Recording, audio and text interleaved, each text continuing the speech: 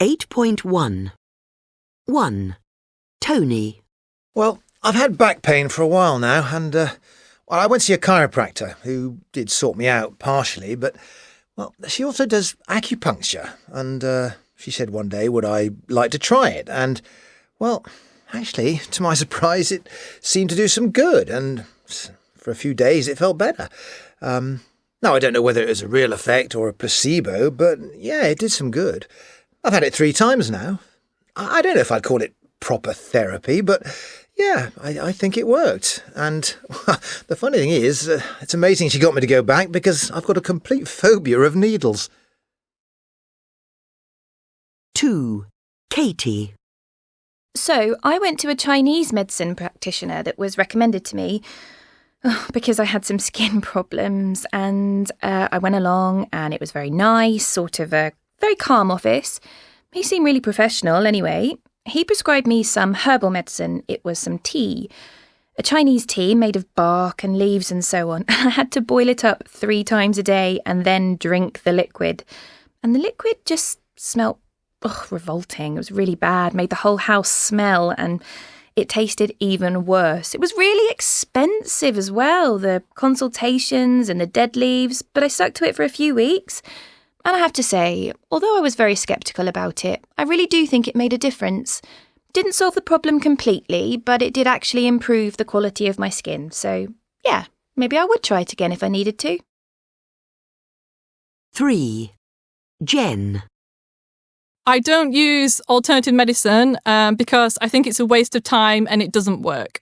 If alternative medicine worked, it wouldn't be alternative, it would be actual conventional medicine. The reason that it is alternative is because we don't have any solid proof that it works. You only ever hear anecdotal evidence that it's worked for individual people.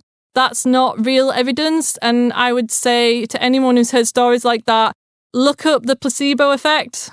There's no evidence that alternative medicine works beyond the placebo effect. And so as far as I'm concerned, it's a waste of time and money. And at its worst, it could even be dangerous or harmful if people are using it in place of real medicine that might cure their very real illness. 4. Chris.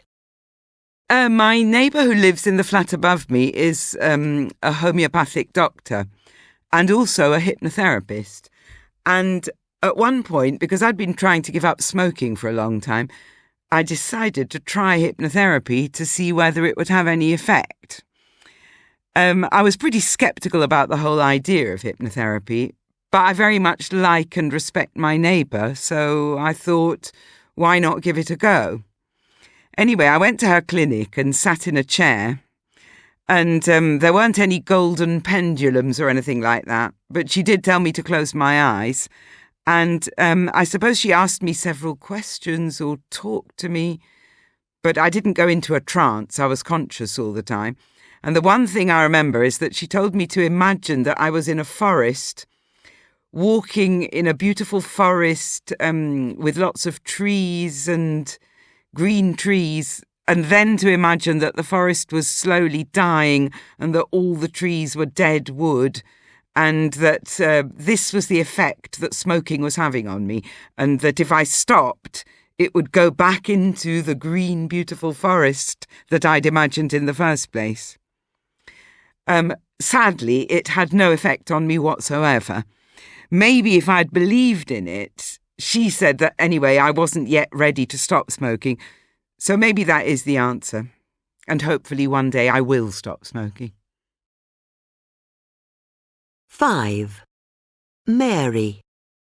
So I've used aromatherapy, which I have with a massage whenever I can, because I've got loads of back problems and shoulder problems. Anyway, with an aromatherapy massage, like they use specific oils from plants which either relax you or they invigorate you, and I always go for the relaxing one because I think that's the whole point of a massage. And so they massage these plant oils and you breathe them in and then they soak into your skin, and I am pretty sure, I'm certain that the oils make a difference to the effectiveness of this treatment, or it does for me. I don't know if that's a placebo or it's real, but it's a question worth thinking about. I don't think anybody really knows. Maybe there are some trials. I do know that recently there was a study by some university or other on the use of lavender oil for children, and they found that lavender oil really does have a big effect on them, helping them sleep better and on their behaviour. It improves behaviour in overactive children, apparently. So, based on that evidence, I'd say it's a real therapy. It's just one that doctors don't prescribe yet. Normally, anyway. 8.2 1. Although I was very sceptical about it, I really do think it made a difference. 2. You only ever hear anecdotal evidence that it's worked for individual people. 3. So I thought, why not give it a go? 4. Sadly, it had no effect on me whatsoever. 8.3 plus 2 plus infinitive. afford, agree, happen, manage, pretend, refuse, tend, threaten, Plus gerund. Avoid. Be worth. Can't help. Can't stand. Deny. Imagine. Involve. Look forward to. Miss. Practice. Regret. Risk. Suggest. Plus infinitive without to. had better, needn't, would rather. 8.4 So tell us what you think about it. We'd love to hear from you. Now, you may have heard in the news that the government has been consulting on ways to reduce dependence on prescription drugs, especially those which people take long-term, such as painkillers and antidepressants. Today, we have Mark in the studio, and Mark's a research scientist. Welcome. And you're going to tell us about something called social prescribing. Hi, Liz. Thanks for inviting me on the show. Yes. So my area is public health research, and I've been working with the Department of Health on this issue. Mm-hmm. Of course, often patients do need to be prescribed drugs, but the concern is that too many people are getting them almost automatically, when in fact there may be other ways to deal with their health problems. Right. My research has shown that patients who take up social activities or hobbies are far less likely to need some types of prescription medicine. And obviously that's something we want to encourage. Mm-hmm. So this is what we're calling social prescribing, the idea that doctors will suggest to patients that instead of taking medicine, they take up a specific hobby or leisure activity that will improve their particular health issue. I see. So what kind of things are we talking about? Well, different hobbies offer different health benefits. Let's take dancing. Dancing of any kind is good for both your fitness and your mood. But a German study published last year showed that dancing regularly can also slow down brain aging. In this study, volunteers took part in a dance class once a week for 18 months. At the end of the 18 months, the participants showed an increase in the area of the brain that plays an important role in memory and learning. Wow. So that's clearly something for people to consider as they get older.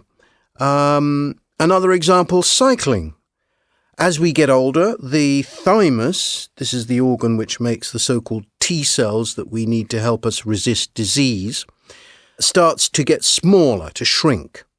But it's now been shown that cycling can actually boost your immune system. Recent research has found that the thymus in older cyclists produces as many T cells as in young people. Fascinating. So Dancing and cycling are both things that a doctor might consider prescribing for patients to increase their long-term health. Although both of those activities are fairly energetic and not all patients would be able to do them. Sure, so there's also yoga. Uh-huh. It's well known that yoga can improve body flexibility and make you feel calm, but doing yoga regularly can also significantly reduce your blood pressure. It's the stretching and deep breathing that makes a significant difference. Doing yoga for 15 minutes a day can reduce blood pressure by as much as 10%. Then there's golf, already a really popular sport. And there's now evidence that playing golf can actually help to offset the risk of getting diabetes and some types of cancer. In fact, golf can reduce your chances of developing up to 40 chronic diseases. Research shows that golfers live longer and feel better than the general population. Well, that sounds very positive. But what about people like me who aren't so keen on sporting activities? What could doctors prescribe for them? Absolutely. Well, in terms of getting outdoors, how do you feel about gardening? Well, maybe. Researchers have repeatedly shown that doing things in the garden will lower levels of stress and anxiety. Looking after your plants for just half an hour a week can almost instantly reduce feelings of tension and fatigue and make you less likely to suffer from depression. And another really effective thing is owning a pet. You get great exercise from walking a dog, but also, and rather surprisingly, living with a pet really helps reduce the likelihood of allergies. Oh. One study showed that stroking a dog for 18 minutes a day makes a difference to how the body reacts to animals. Children who live with a pet are less prone to developing allergies such as asthma because they are exposed to fur and animal saliva from a young age. And is there anything for the more creative types? Yes. One of the most intriguing findings is about knitting, which you might think is a rather old-fashioned hobby, but actually it's now enjoying a bit of a comeback. A study at Harvard Medical School found that knitting lowers the heart rate by an average of 11 beats a minute. And another trial involving women with eating disorders who were taught to knit showed that 74% of them said knitting helped them feel better about themselves. And I should just point out that it's not only about being a bit more active. Most of the hobbies I've mentioned are things you can do with other people, which in itself has a beneficial effect on your health.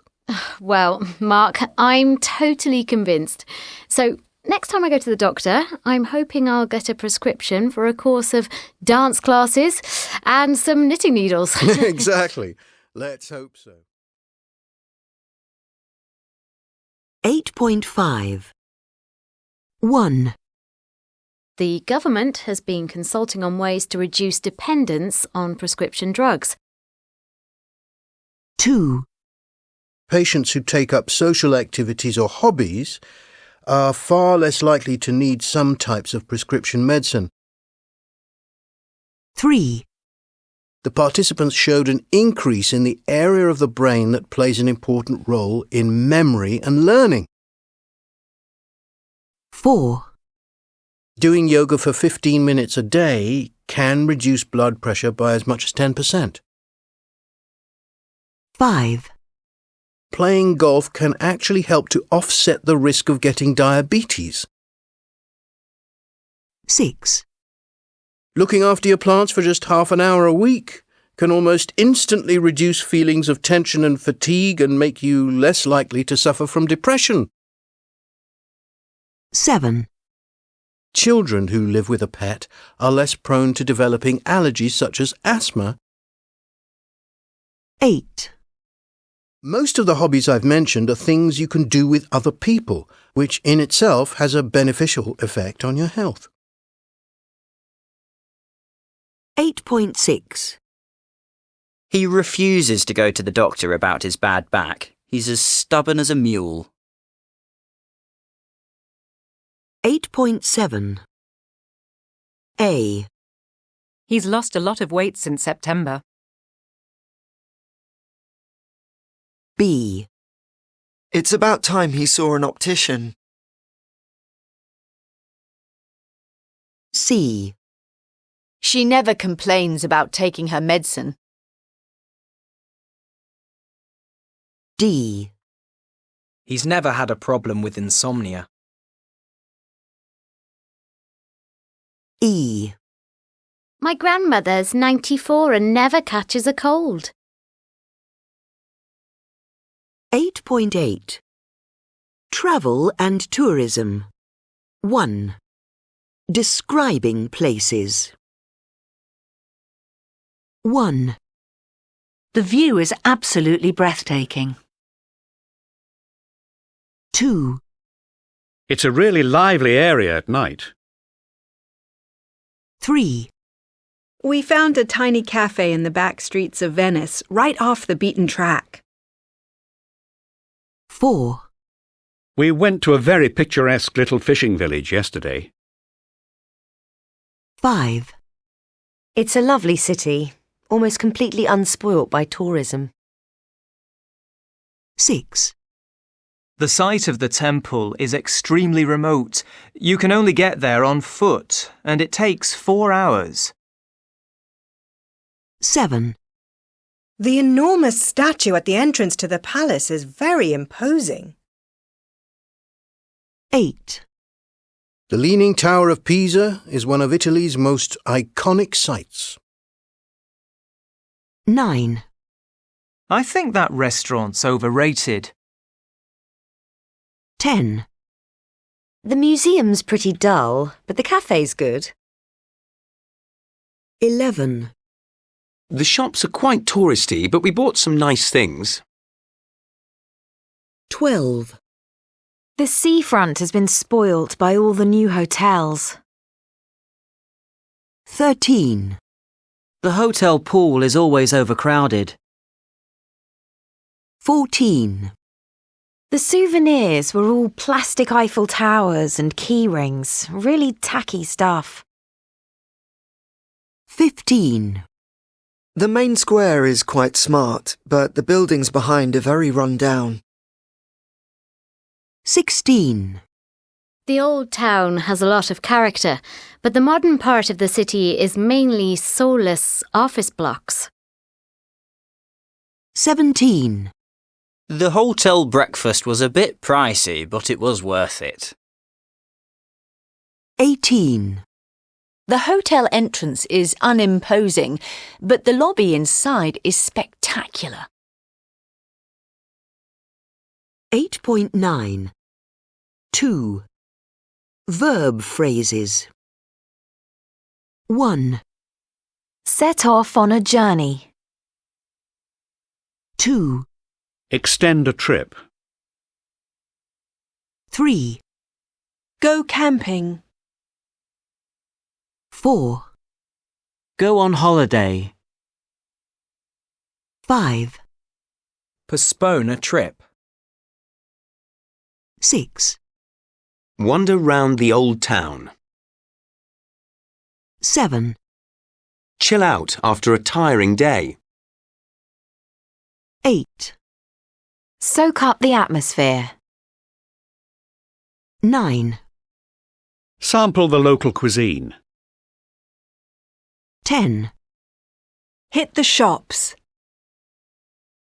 11. Get away from it all. 12. Recharge your batteries. 8.10.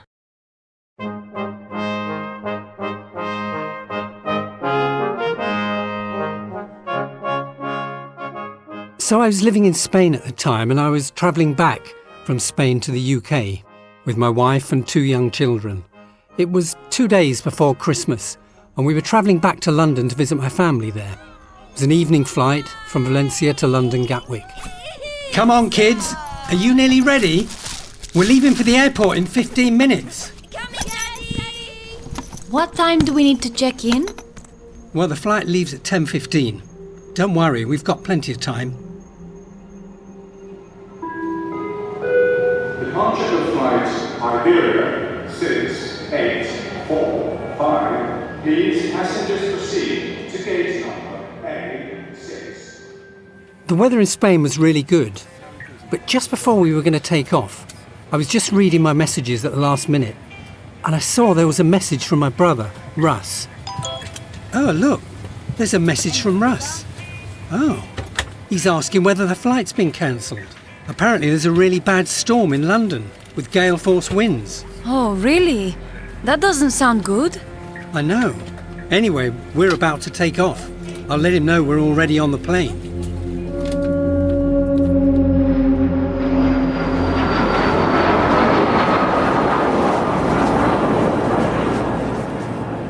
So we took off, but obviously we were a bit worried about what the weather was going to be like when we got there.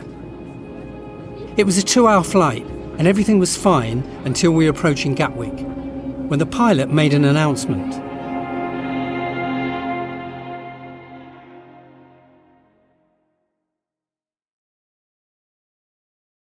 .11.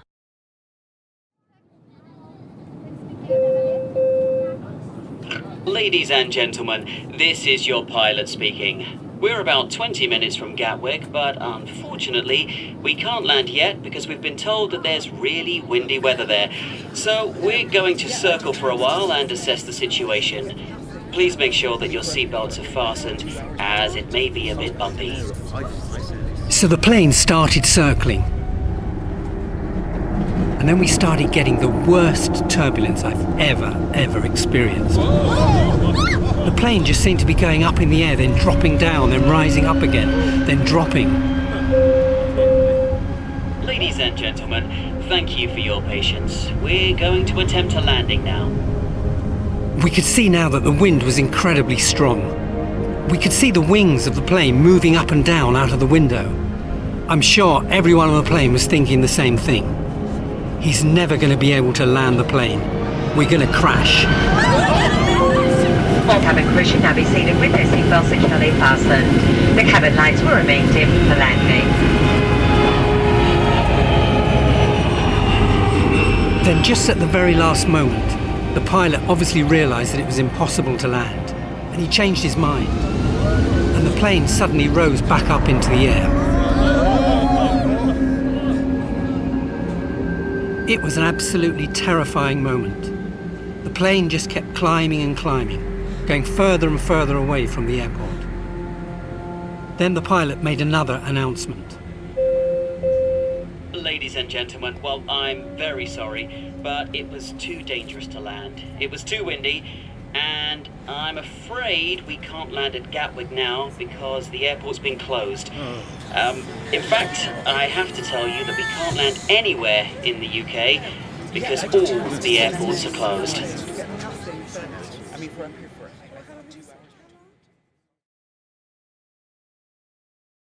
8.12.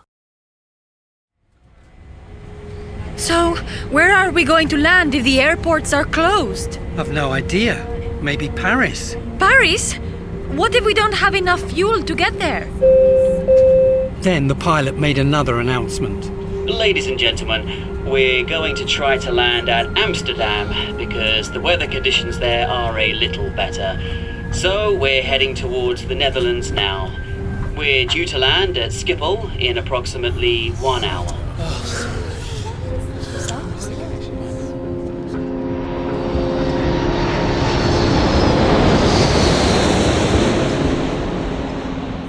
After that, we had about an hour's journey to Holland.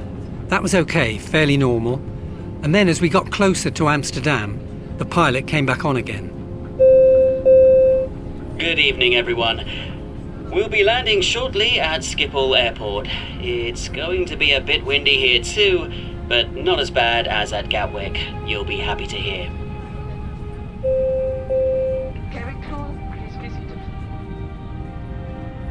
And it was quite a good landing. A little bit bumpy, but everyone was very, very relieved to get down on the ground. Sorry. And we all started getting up. To be honest, we couldn't wait to get off, to get our feet back on firm ground again. And we got up and we started to take our things from the overhead locker. But then there was another announcement.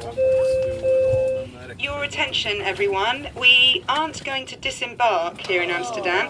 We're going to refuel and then we'll be flying back to the UK because we've been told that in a couple of hours the weather may be a bit better at Gatwick. However, ladies and gentlemen, if you want to get off, you can get off, but unfortunately there won't be a hotel for you to stay at tonight because this plane's travelling back to Gatwick.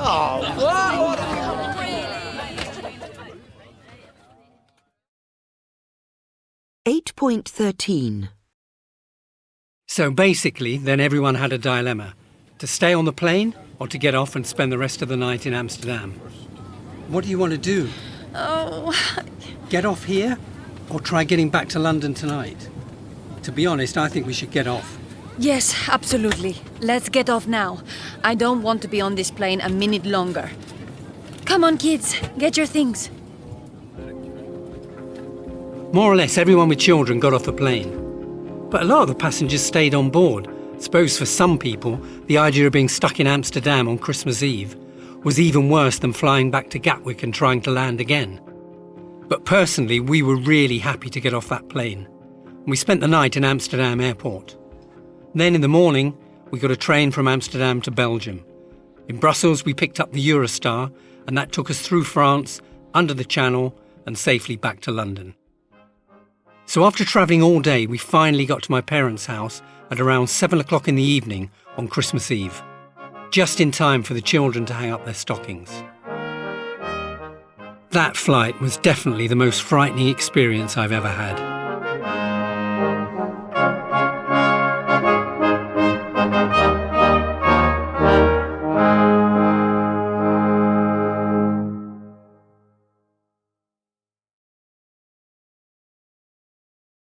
.14. 1. Are you nearly ready? We're leaving for the airport in 15 minutes. 2. The flight leaves at 10:15. Don't worry, we've got plenty of time. 3. Anyway, we're about to take off. 4. We're going to try to land at Amsterdam. 5. We're due to land at Schiphol in approximately 1 hour. 6. Good evening, everyone. We'll be landing shortly at Schiphol Airport. 8.15. 1. A. We've got a 3-hour wait before the flight leaves. B. What's the maximum weight for hand luggage on this flight? 2. A. Flight EZ472 is now ready to board. Will passengers please proceed to gate 10? B. We're bored. We don't want to visit any more museums. 3. A. Where's the piece of paper with the address of the hotel? B. We're going off the beaten track for a bit of peace and quiet. 4. A. There was terrible traffic on the way to the airport and we only just caught the flight. B. It's a 4-star hotel and it's even got a tennis court. 5. A. The airport bus had to brake suddenly when a lorry pulled out. B. We're going to break the journey in Milan. 6. A. My ticket cost twice as much as yours. It's not fair. B. How much is the airfare to Peru? 7. A. The pilot landed the plane very smoothly, and everyone clapped. B. The cabin crew uniform is a dark blue suit with a plain white shirt. 8. A. When we arrived in the States, it took us ages to get through immigration. B. They threw away my perfume at security because it was 200 millilitres. 9. A. We visited an archaeological site on the banks of the Nile. B. My first sight of the pyramids completely took my breath away. 10. A. The hotel gave us the honeymoon suite. It was the only room available. B. I don't like the local white wine. It's too sweet for me. 8.16. 1. We had to queue for ages to get in, but it was worth the wait. 2. Don't forget to take your iPad or you'll be bored on the journey. 3. We couldn't get any peace on the flight because we were sitting next to a crying baby. 4. I caught a terrible stomach bug while I was on holiday in India. 5. We're going on a city break to Prague in April. 6. I think it would be fair if we split the cost. 7. The hotel food was rather plain, but delicious nevertheless. 8. Please could you come through here, sir, and open your suitcase? 9. I've never been to Rome, so I'm looking forward to seeing the sights. 10. It was a wonderful trip, short but sweet.